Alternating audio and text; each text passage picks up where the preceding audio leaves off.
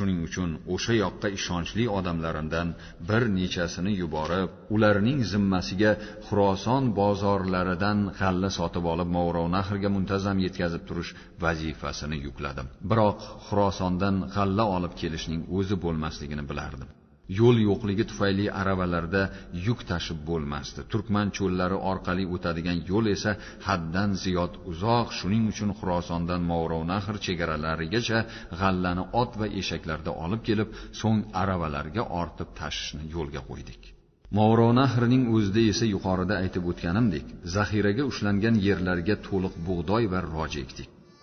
Sarv va Javzo oylari mobaynida ekinlarni daryo suvi bilan sug'ordik. Xabaringiz bor, men Allohning guvohligida o'zimga so'z berib, hamisha vaqtimni cho'lda o'tkazishga, agar jiddiy bir sabab yoki zarurat bo'lmasa shahar hayotidan yiroq yurishga ahd qilganman. O'sha yili shusiz ham umrim dalada kechdi. Muntazam ravishda ekinzorlarni aylanib, maysalar parvarishi, ularni sug'orish ishlarini nazorat qilib yurdim. Men faqat shu ekinlar bilan kifoyalanmadim, balki poliz va sabzavot ekinlari yetishtirishni ham yo'lga qo'ydim. Saraton oyi oxirlariga borib, daryo suvlari keskin kamayadi. Biroq Movarounnahrda o'sha payt tinimsiz yomg'ir yog'di. Xuddi shuningdek Asad oyida ham bu hol takrorlandi. Vaholanki, Movarounnahrda Asad oyida yomg'ir yog'ishi juda kamdan kam kuzatiladigan holdir. Bu ham Allohning bizga ko'rsatgan bir marhamati bo'ldi. Yaratgan egamning muruvvati bilan o'sha mashaqqatli damlarda mening mamlakatim yo'qchilik balosidan omon chiqdi. Sunbula oyida g'alla, undan sal oldin roj hosili pishib yetildi. Dehqonlar darhol hosil yig'im terimiga kirishdilar. Chunki kuzning yog'in sochinli kunlari boshlanib qolsa, hosilning ko'p qismi nobud bo'lishi mumkin edi. Hosilning cho'g'i baland bo'ldi.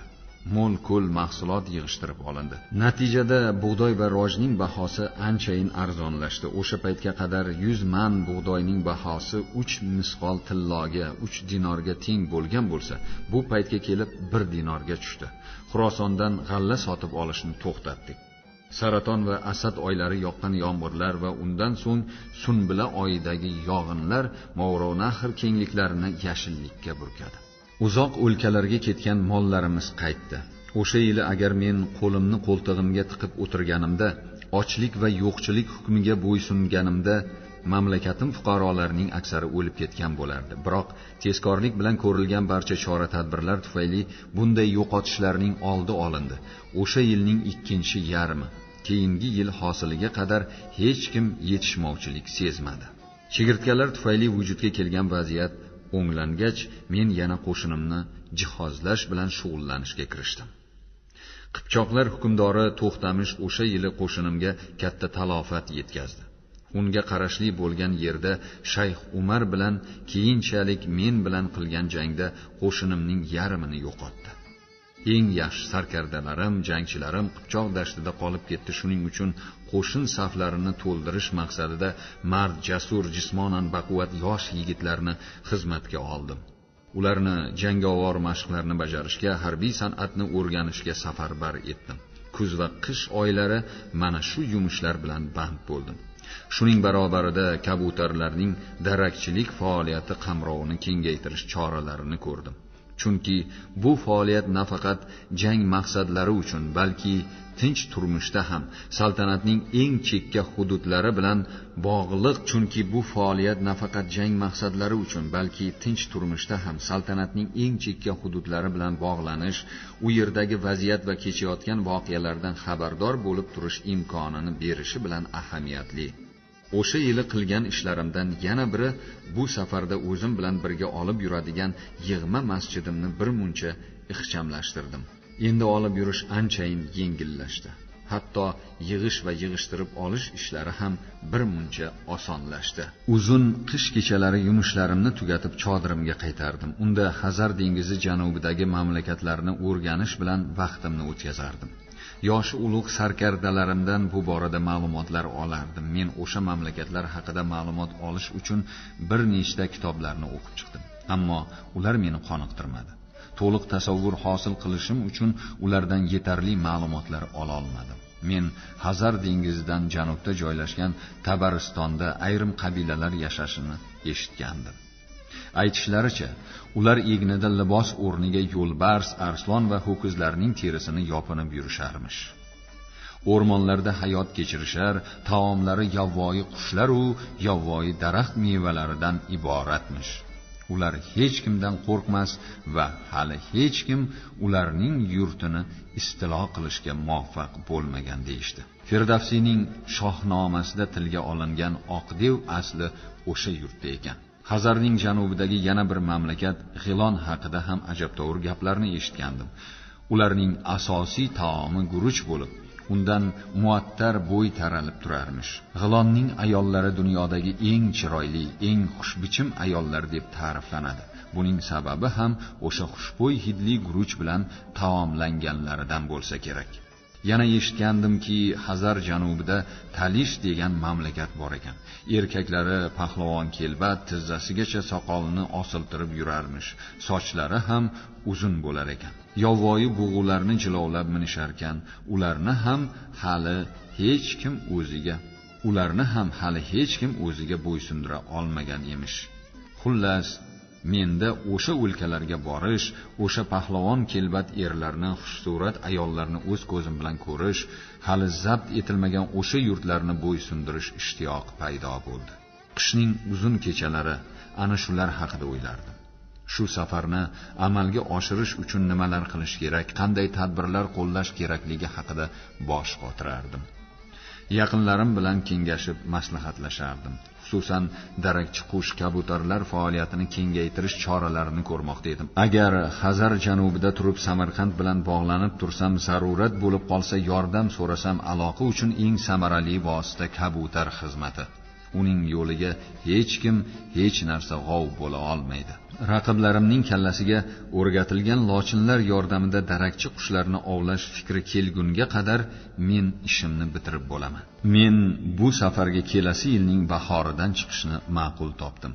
Hazar dengizi janubidagi yurtlarni ishg'ol qilib, so'ng Ozarbayjonga o'tishni rejalashtirdim. Undan keyin nima qilishimni hali bilmasdim. G'arbga tomon yursammi yoki janubga? Agar janubga yo'nalsam, Fors hukmdori Mansur Muzaffariyning esini kiritib qo'yishga imkonim bo'ladi, toki u boshqalarga hurmatsizlik qilmasin. 15-bob.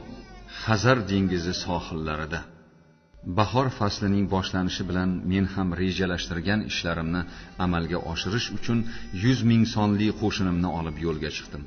Shayx Umarni vaqtinchalik Movaronahr hukmdori etib tayinladim. Hazar dengizi tomon Jayhunning eski o'zani bo'ylab yurdim.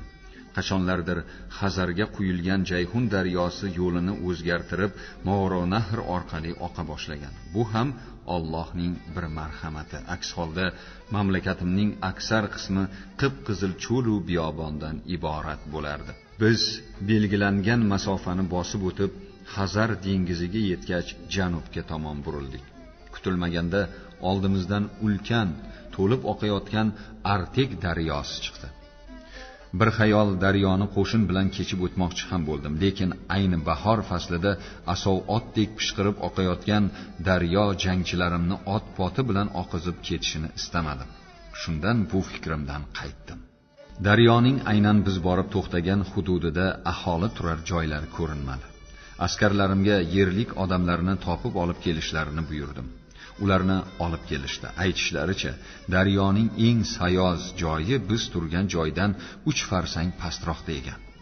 Lekin hozirgi paytda u joydan ham daryoni kechib bo'lmasmish.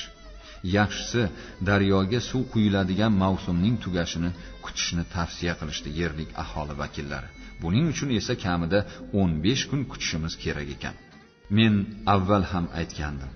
Sarkarda har qancha mohir, uzoqni ko'ra biladigan kishi bo'lmasin, o'zi uchun notanish bo'lgan hududlarda kutilmagan muammolarga, vaziyatlarga duch keladi. Shunday choq u zudlik bilan jo'yali bir qarorga kelish kerak. Agar biz turgan joyda daraxtlar bo'lganida edi, men ulardan suv ustida ko'prik qurgan bo'lardim. Suvda tebranib turuvchi ana shu ko'prikdan qo'shinimni olib o'tardim, biroq bu yerda daraxtzor yo'q. Demak, boshqa bir yo'lni izlab topishim kerak. Men yerlik aholi vakillarini eshitib, ularning maslahatiga quloq solib kutib o'tirgandan ko'ra, ulardan bir necha tajribalirog'ini hamroh qilib daryoning dengizga quyiladigan tomoniga bordim. O'sha tomonda u bir nechta shahobchalarga bo'linishini, ular unchalik chuqur va katta emasligini eshitgandim. Shunday ham bo'lib chiqdi. Biz daryoni ortda qoldirib, janubga tomon ilgariladik. Yam-yashil o'lkaga yetdik. Go'zalligiga ta'rif yo'q joylar. Mavro nahrining barcha vohalaridan ham yashillik bobida ustun edi bu o'lka. O'tlarning balandligi otlarning qorniga tegib turardi. Agar harbiy holatda bo'lmaganimda, qo'shinni to'xtatib o'sha yashillik bag'rida 3-4 kun bahra olgan bo'lardim. Ammo oltda bizni janglar kutayotgani, otlarimizni bu yerda 3-4 kun o'tlatsak, keyin uzoq masofaga yaramay qolishini o'ylab yo'lda davom etdim. O'sha yashil vodiy oralab 5 kun yo'l yurdik. U yerda ko'plab turkman qabilalarining turar joylarini uchratdik. Ularning oqsoqollari mening huzurimga bir necha qo'y surug'ini tuhfa sifatida olib kelib, sovg'alar olib ketishdi. Biz bu o'lkadan chiqishimiz bilan tabiat manzarasi o'zgardi. Qarshimizda keng o'rmon yastandi. Yetib kelganimizda o'sha yerlik odamlar bu hali o'rmonning boshlanishi, nargi yog'i olamning oxiriga borib taqaladi deyishdi. Bu mubolag'a albatta. Men o'rmonning u qadar poyonsiz emasligini, undan yurish xavfli ekanini ham bilardim. Mabodo Astrobod qo'shini pistirmasiga uchrab qolsak, bitta qo'ymay qirib tashlash hech gap emas, chunki o'rmonda biz yarim farsang ham narini ko'ra olmaymiz. Shu bois peshqadam kuzatuv guruhiga hududni o'ta sinchkovlik bilan o'rganish, har qadamda, ayniqsa atrofni kuzatish imkoni bo'lmagan joylarda daraxtlarga chiqib, hududni qarichma-qarich kuzatish lozimligi haqida yo'l yo'riqlar berib jo'natdim. Vaqti bilan o'rmon bo'ylab ajab-tovur tovushlar eshitilib qolardi. Yurakka hadik solardi u. Chunki o'rmonda yurish hadisini olmagan kishi uchun har sharpa soya bo'lib, har soya xatar bo'lib ko'rinardi.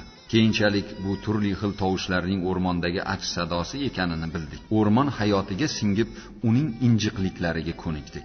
Bir kuni baland bir tepalikni kechib o'tdik. O'sha paytgacha pastdan yurib borayotganimiz tufayli dengizni ko'rmagandik.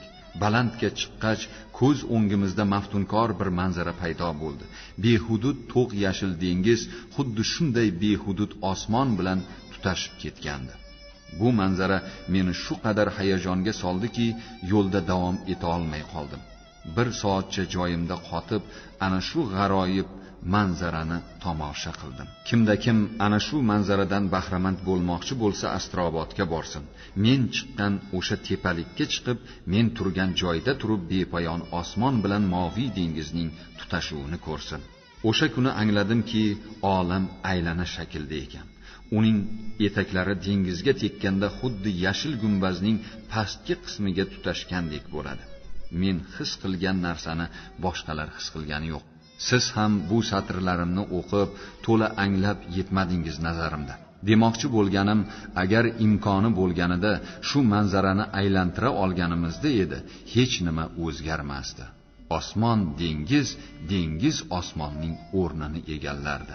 Bu joydan o'tib biz boshqa bir joyga yetdik. Aytishlaricha, ana shu joydan janubga tomon yurilsa, Iroqi Ajamga borish mumkin ekan. Biroq Iroqi Ajamga yetish uchun 2,5 ming zarlik dovonni bosib o'tish kerak bo'ladi. O'sha payt g'arbga tomon yurish qilmayotganim bois hali u tomonga o'tish niyatim yo'q edi. O'sha kuni kuchli jala quya boshladi. Nuh to'foniga o'xshardi. U bizning safarimizni to'xtatib qo'ydi. 4 kun tinmay yomg'ir yog'di. Shundan so'ng o'rmonni tuman qopladi. Agar mana shu payt ustimizga biror yov qo'shini bostirib kelsa, bizni osongina yengardi. Chunki 4 kunlik yomg'ir bizni juda zaif qilib qo'ygandi. Yomg'ir nihoyat tindi. Quyosh charaqlab, havo isidi. Shu darajada isidiki, jangchilarimiz ust kiyimlarini yechishga majbur bo'ldilar. Angladimki, u yerning iqlimi o'ziga xos. Yomg'ir yog'sa havo sovib, yomg'irdan so'ng haddan ziyod isib ketar ekan. Hatto qish faslida ham shunday deyishadi. Yomg'irdan keyin o'sha pahlavon kelbat erlar va ularning qudratli ho'kizlari yashayotgan yurtga yetmaguncha to'xtamay yo'l bosdik. U yurtning nomi Tabariston edi. Tabariston xalqi bir umr o'rmonda yasharkan.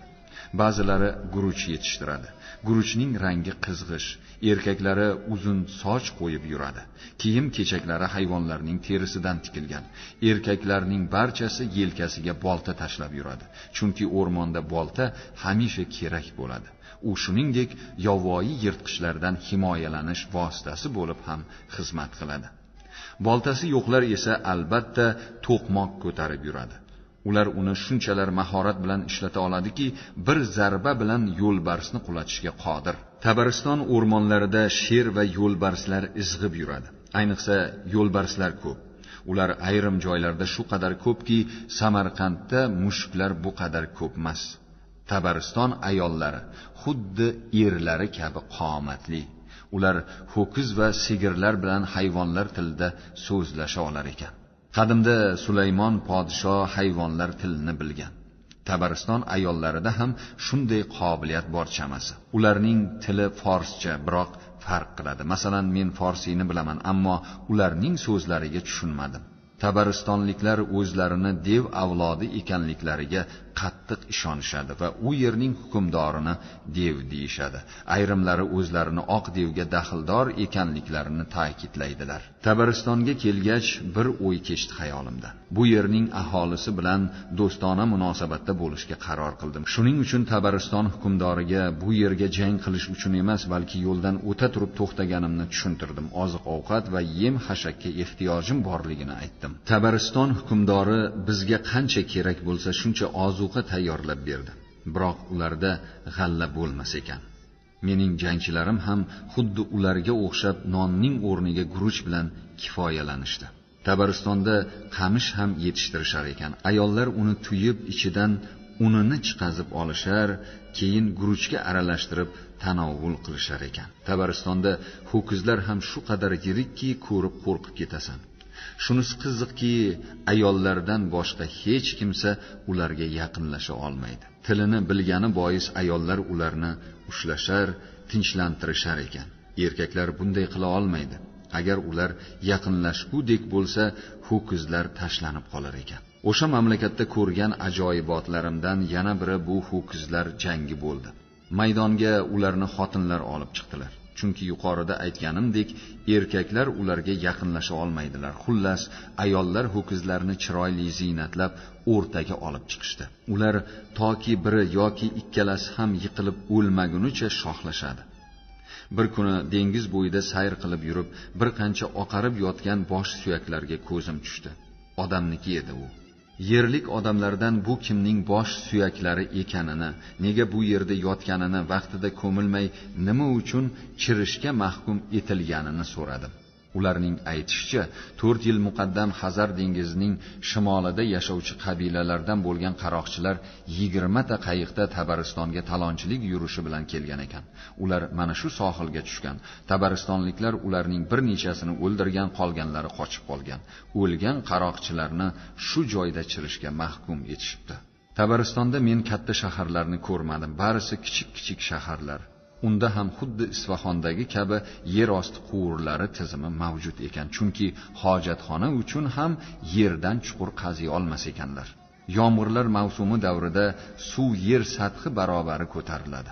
U barcha axlatlarni daryoga tashlar, daryo esa dengizga tomon oqizib ketar ekan. Xazar dengiz bo'yi sohillarida dengiz hayvonlarining suyaklarini ham uchratish mumkin. Men bir gal sohilda o'lib yotgan baliqni ko'rdim. Hajmi juda katta edi uning. Bunaqa baliqlarni yeyish taqiqlangan. Yana bir xil baliqlar borki, Tabaristonliklar uni ham yemaydilar. Taqiqlangani uchun emas, balki ta'mi yaxshi bo'lmagani tufayli. Biz borgan paytimiz baliq ovlash mavsumi tugagan ekan. Tabaristonda 2 xil o'rmonlar bor. Birinchisi tabiiy. Ularda sher, yo'lbars va ayiqlar yashaydi. Ikkinchisi bunyod etilgan.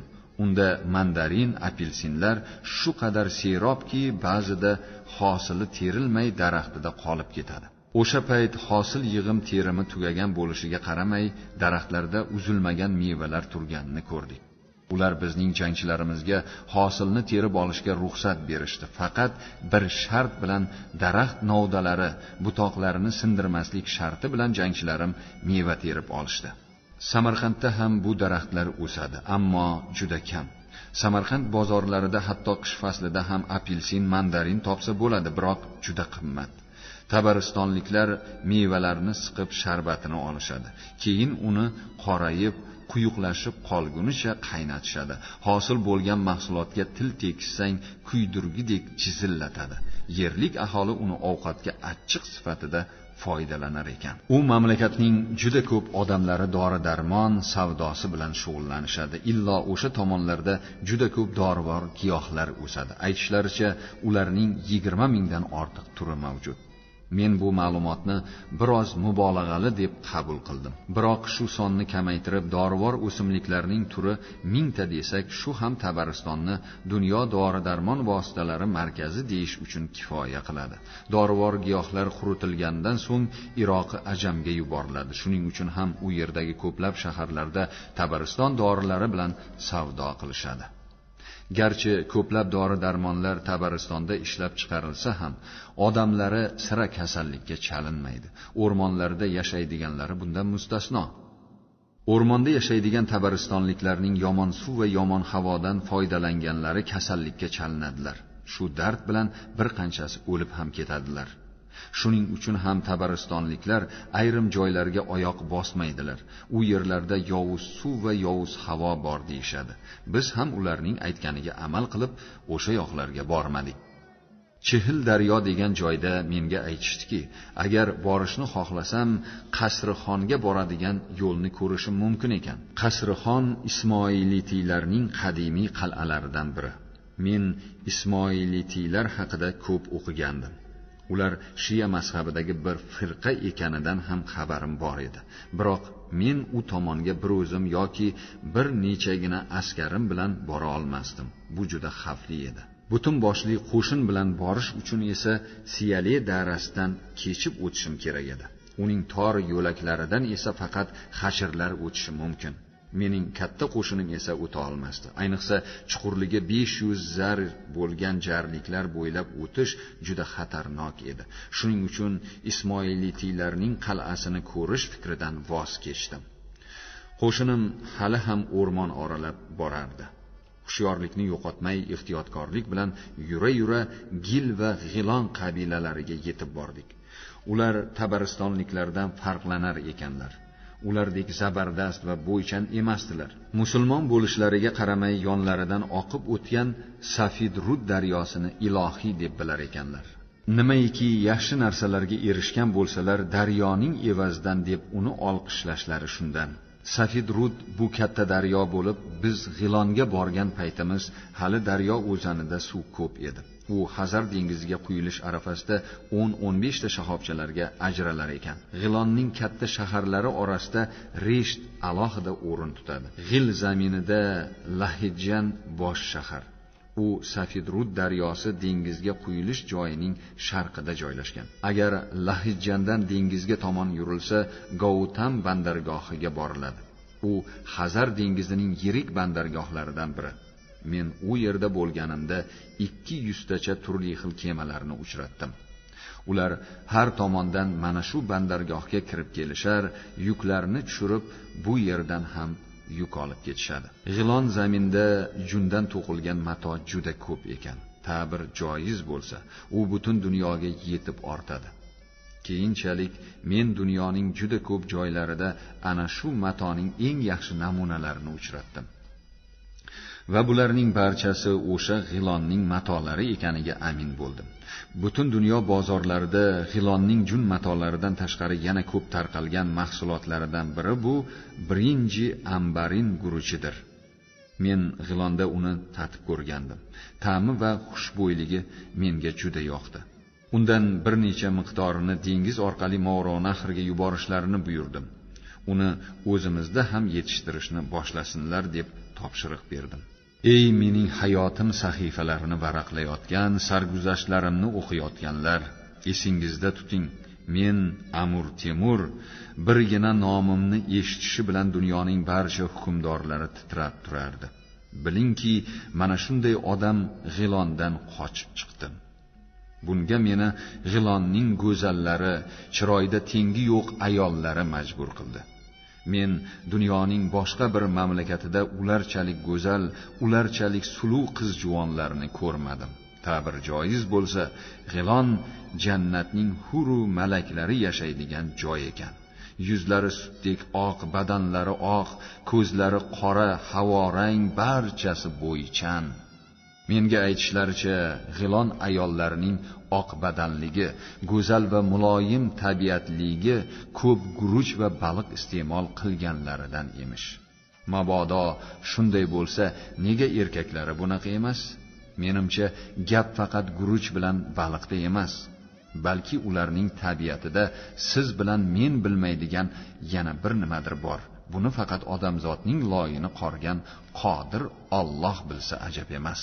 Men G'ilonga kelganimda hayotimdagi eng xatarli joyga kelganimni angladim. Bu o'lkaning zaifalari har qanday qat'iyatli erkakning ham irodasini zaiflashtirib, o'z to'riga tushirishga qodir edi.